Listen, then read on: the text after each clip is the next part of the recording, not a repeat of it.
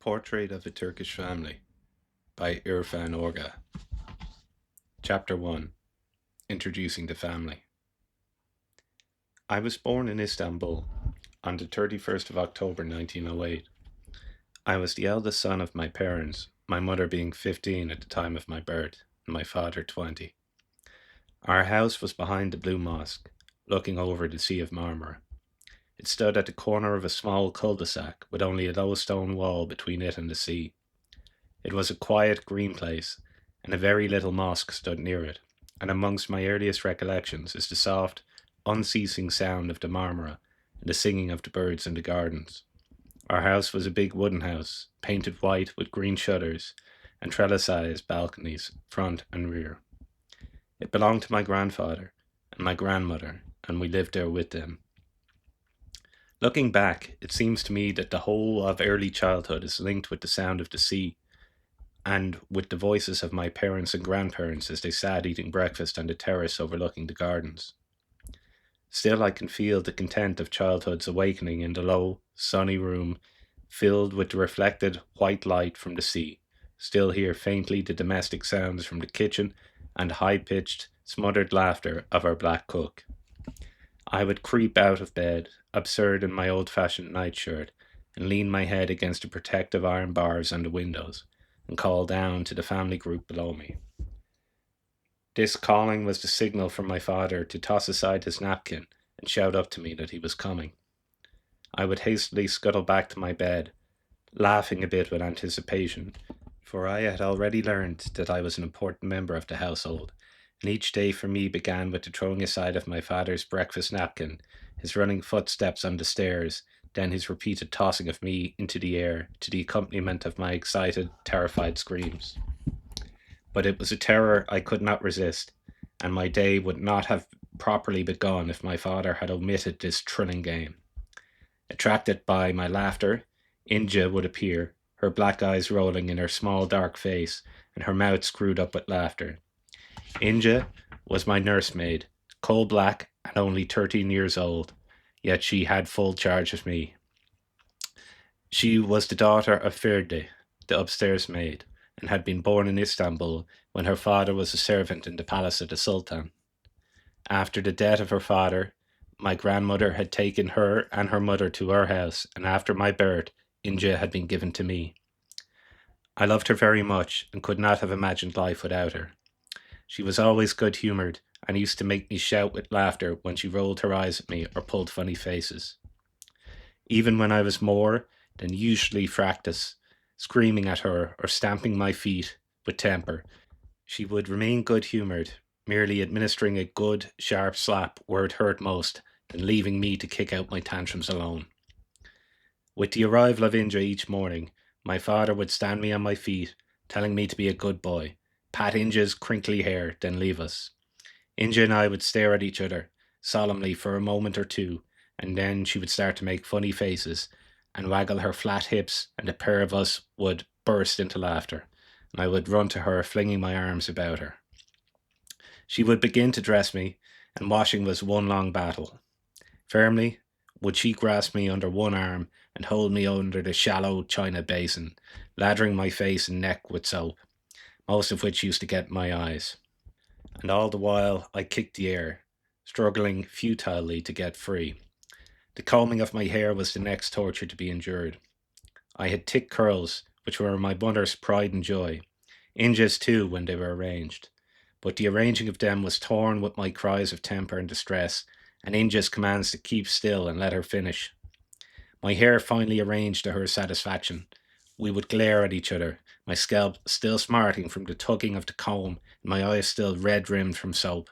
It was a daily battle, as much a part of existence as the sound of the sea or my father's kiss, and in 5 minutes it was all forgotten, and I would go dancing down the stairs ahead of Inja to see my mother and my grandparents. My mother's kiss set the seal of perfection on the day. All the things which preceded it, my waking to a light-filled room, my father's tossing me into the air, my battle with Inja, were only the sweet, high prelude to my mother's kiss. The kiss that was cool and light and held the perfume of roses in it. She was very beautiful. Hair that was black and shining and coiled into smooth curls on top of her head. A face that was pale and oval, with a small, up-tilted, humorous mouth and great melancholy eyes that lightened like jewels when she smiled. She was always very slender and liked to dress in pastel colours, soft shimmering silks that smelt of lavender water or eau de cologne, and she wore long gold necklaces twisted 2 or 3 times around her throat. She was a gentle, silent person, her hands delicate and useless looking, and weighed down with a number of flashing rings that she invariably wore. She did the most lovely embroidery and petit point, and she would take each ring off very carefully before she started, dropping them with a little chink into a small satin-lined box kept solely for that reason. She was very elegant, and might have been a noted beauty had she been born in Europe. But because she was a Turkish lady and had to wear a veil to cover her face whenever she went out, she was unknown save to the members of her family. She married my father at the age of 13, having been promised to him at the age of 3. She rarely went out, and never alone, but spent most of her time on the terrace or sitting under a fig tree in the garden, much as the women of her family had done for generations before her. She appeared perfectly happy, content to be solely an ornament in her husband's home. My grandparents were a devoted couple and spoiled me very much, perhaps because I was the eldest grandchild. They seemed very old to me, although looking back at the time of which I write, spring of 1914, my grandmother must have been only in the early 40s, since she too had married very young. But to the eyes of a child a bit over 5, she seemed incredibly old.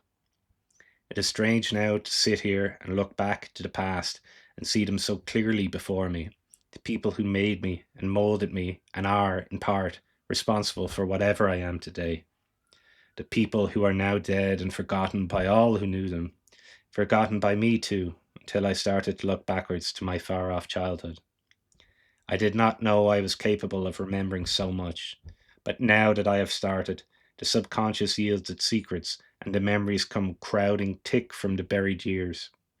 I cannot describe my grandfather, yet I remember dimly the tall old man who used to give me sweetmeats and fruit fresh from the garden with the juice still on it. He used to take me for walks whilst Inja attended to my small brother or helped Ferda with the upstairs work. It was the custom after breakfast for my grandfather to go to a coffee house and smoke the nargile, or hookah pipe. After my 5th birthday, I used to be taken with him. He would sit in front of an open window in the coffee house, leaving me to play in the gardens, even under his watchful eye. But sometimes he would engage in earnest conversation with his friends, and his eye became not quite so observant. And then I used to play with the dirt, making mud castles for myself, a lost, rapt little boy, absorbed with the wet feel of the mud running through my fingers. I would be oblivious to the stones cutting into my knees, but presently a sharp slap on the arm would recall me to the present. I would let the remaining mud trickle dreamily through my fingers, then look up to find my grandfather staring down at me with eyes that pretended to be fierce. All the way home, he would make me walk a little behind him, like a puppy with its tail between its legs, crestfallen, very conscious of the old man's displeasure. Upon arrival at home, I would be delivered into the hands of Inja, who would take a severe look at the dirt on my person and on my clothes, then whisk me off to be washed in time for luncheon. One day I remember playing in the coffee house gardens and wandering over to the large ornamental pool in the centre, intent upon playing boats, a game that was as thrilling to me then as it is to my small son at the round pond in Kensington Gardens. My game, however, was not played with boats but with various pieces of sticks. On this particular day, in my absorption, I leaned too far over and I fell with a terrible splash, in up to the neck in icy cold. My clothes held me down and I thought I was going to drown. My piercing screams brought my grandfather and a couple of waiters running at the double, and I was unceremoniously fished out, blue in the face and coughing up what seemed to be gallons of water. And oh, the safety of my grandfather's arms. I was taken into the coffee house, stripped of all my clothes and wrapped in a blanket, whilst a messenger was dispatched to my home for dry clothing. Hot milk was forced through my chattering teeth. My grandfather looked white and shaken, scolded me without ceasing. I was finally taken home in dry clothes, still trembling with fear and cold, and my grandfather refusing to speak to me. After that episode, I was left to kick my heels at home for days on end. My grandfather's morning kiss became fraught with ice, and he would pay no attention to me while I timidly inquired after his health. He would stalk off to the coffee house, leaving me on the terrace with my mother and my grandmother. I used to play in the garden under an apple tree. It was my apple tree and my retreat when the burdens of the world became too much. When I grew tired of being alone, I would wander back into the house in search of Inja. Hajar, the cook, would perhaps softly call me into the kitchen, giving me lokum to eat, then shooing me off quickly, lest my grandmother discover me there. Hajar, like Inja, was my friend. She was enormously, grotesquely fat, and when she laughed, her whole body rippled, and her eyes were lost in rolls of flesh. She had been with my grandmother for many years, and was intensely jealous of Ferde, who she suspected of receiving more favours than herself. She used to make secretly for me little pastas with funny faces, or give me clothes to eat, forbidden luxury. And sometimes, when I knew my grandmother to be safely out of the way, I would steal into Hajar, and she would give me cakes. If she were in especially good humour, she would dance for me and sing quaint old Turkish songs, which made the heart shiver with melancholy. Her dancing was a joy for me. Her gigantic old stomach performed lewd posturings. Her unconfined breast shook merrily, and her backside did a little dance all on its own. Attracted by my shouts of laughter, Inja would come in search of me to pull me sharply by the ear out of the kitchen, or, worse still, my grandmother would hear me and come in like the silent wind, her face a stony threat, and poor Hajar's demented breast would give a final horrified leap into the air, her performance coming to an abrupt end. My mother was most likely to be found in the salon. That is, if she were not sitting out in the garden or paying calls with my grandmother. But my grandmother only occasionally liked to ride behind the cream-coloured horses in the phaeton, and as my mother was not permitted to go driving alone, she consequently rarely left home. If this arrangement bored her, she gave no sign. She displayed no temper, being invariably tranquil. If I were to wander down into the salon to find her sitting there, she would lay down her embroidery, pat the seat beside her, and invite me to tell her what I had been doing with myself. More often than not, I would refuse the invitation, feeling constrained in the face of such perfect tranquillity and preferring the more robust ordinariness of Inja. But Inja in the mornings was usually helping Ferde, or doing something for Mehmet, my baby brother, and the upper regions of the house were also forbidden territory for me. Bored and lonely, I would seek the garden again, climbing the little apple tree to watch the passing boats on the Marmara. Many long childish hours I dreamt away in that tree, listening to the soft crying of the seagulls, and only being recalled to the present by Inja's voice, ordering me to come into the house. One morning my father awakened me early, and after tossing me 2 or 3 times into the air, told me that my grandfather wanted to see me in his room. I rushed to him, peering cautiously through the door, and saw him sitting up in his bed, his eyes twinkling under the white nightcap pulled low over his forehead. He looked comical and called to me to come in. I leaped into his bed joyfully, for I had smarted under his displeasure and was wildly happy to be here in this great adventurous bed again. The bed, which was so exciting to explore and held such possibilities of terror for a small boy who ventured too far beneath the clothes, delving deeper and deeper into the blackness, whilst the grandfather pretended to be a fierce old lion, emitting the most awful roars. When my screams became too hysterical, he would pull back all the clothes, and I would creep back to normality again, my heart still pounding with terror. He would instruct me to ring for Ferde, and when she appeared, would ask for my breakfast to be served with his.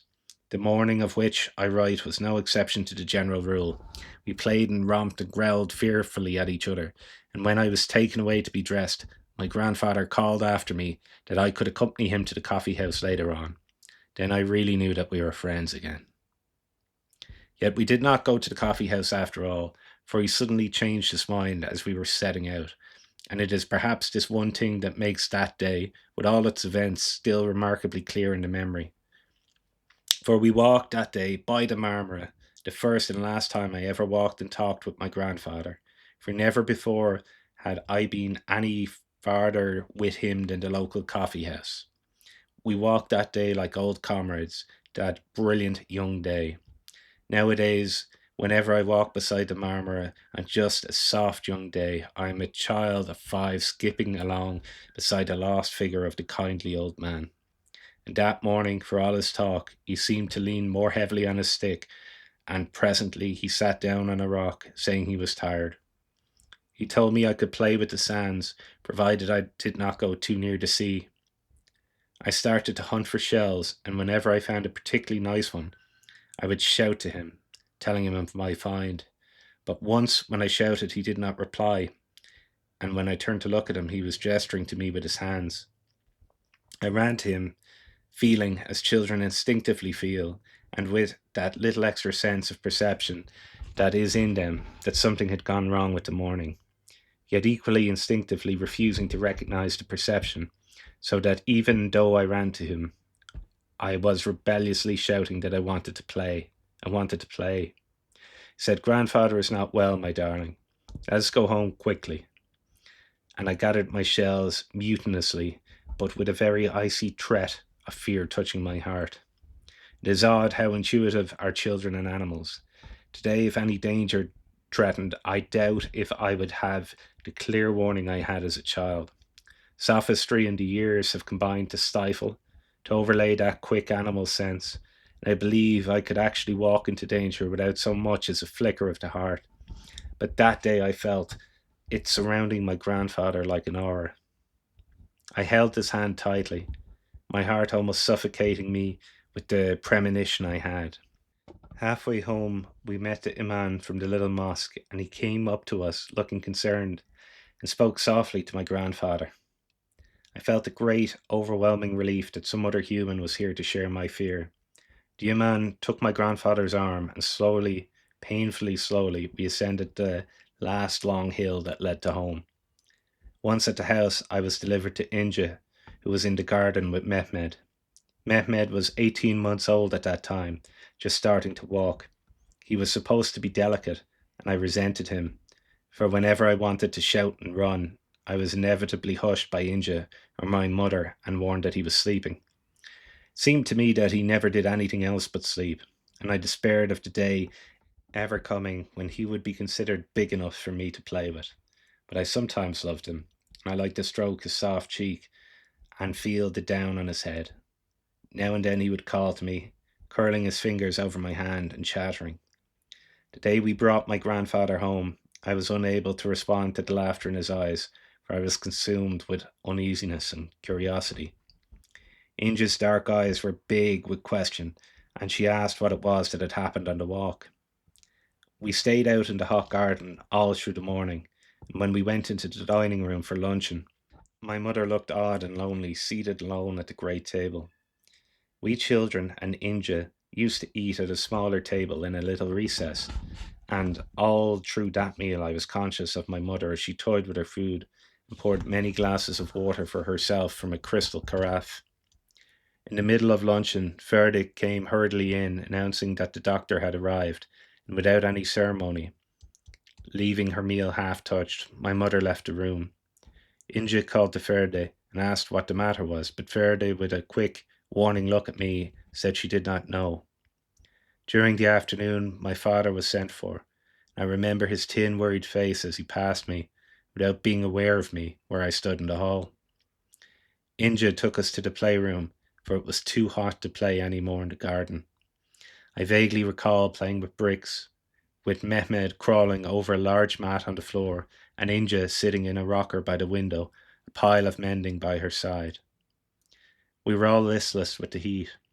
After a while, my father came for me, picking me up in his arms and said, "Grandfather is very ill, but he wants to see you. Will you be a good, brave man and come with me?" I nodded dumbly, and we left the room. Together, the tall young man and the solemn little boy, who once again overcome by the events of that morning. In my grandfather's room it was twilight. The windows stood open, but the cool green shutters had been fastened against the glare of the afternoon sun. My mother was seated on one side of the bed, holding a silver pitcher, which I knew to be filled with water from the grave of Mohammed. I knew also that this precious water was only to be used in times of extreme emergency. My grandfather had once made the pilgrimage to Mecca and had brought this water back with him, and afterwards he would always be known by the title of Hajj, signifying that he had been to Mecca. My grandmother stood by one of the windows, her eyes straining through the little spaces in the shutters. The fierce white glare from the gardens must have hurt her eyes, yet she seemed oblivious to it. She stood perfectly still, like a statue, and the tears poured unchecked down her cheeks. It was a shock to see my usually composed grandmother crying so unrestrainedly, and it tightened the feeling of fright that already half paralyzed my heart. A doctor was washing his hands in a corner, quietly making scarcely any sound. As we came in, my mother put down the silver jug on a side table and took me from my father. He went to the other side of the bed and took up the Quran, beginning to read aloud from its soft musical Arabic. I stood looking at my grandfather, awed by the unaccustomed sight of so much solemnity surrounding him. He moved his fingers, and my mother lifted me up to him, saying, "Father, this is Irfan." He laid his heavy old hand on my head, as though giving me his blessing, and then his fingers moved feebly through my curls and down, slowly down, over my face. I kissed his hand and ached with unshed tears. He tried to say something, and the doctor came quickly over, motioning to me with his head, and my mother took me out. She told me to go back to India, and then left me and returned to my grandfather's room, the door closing gently behind her.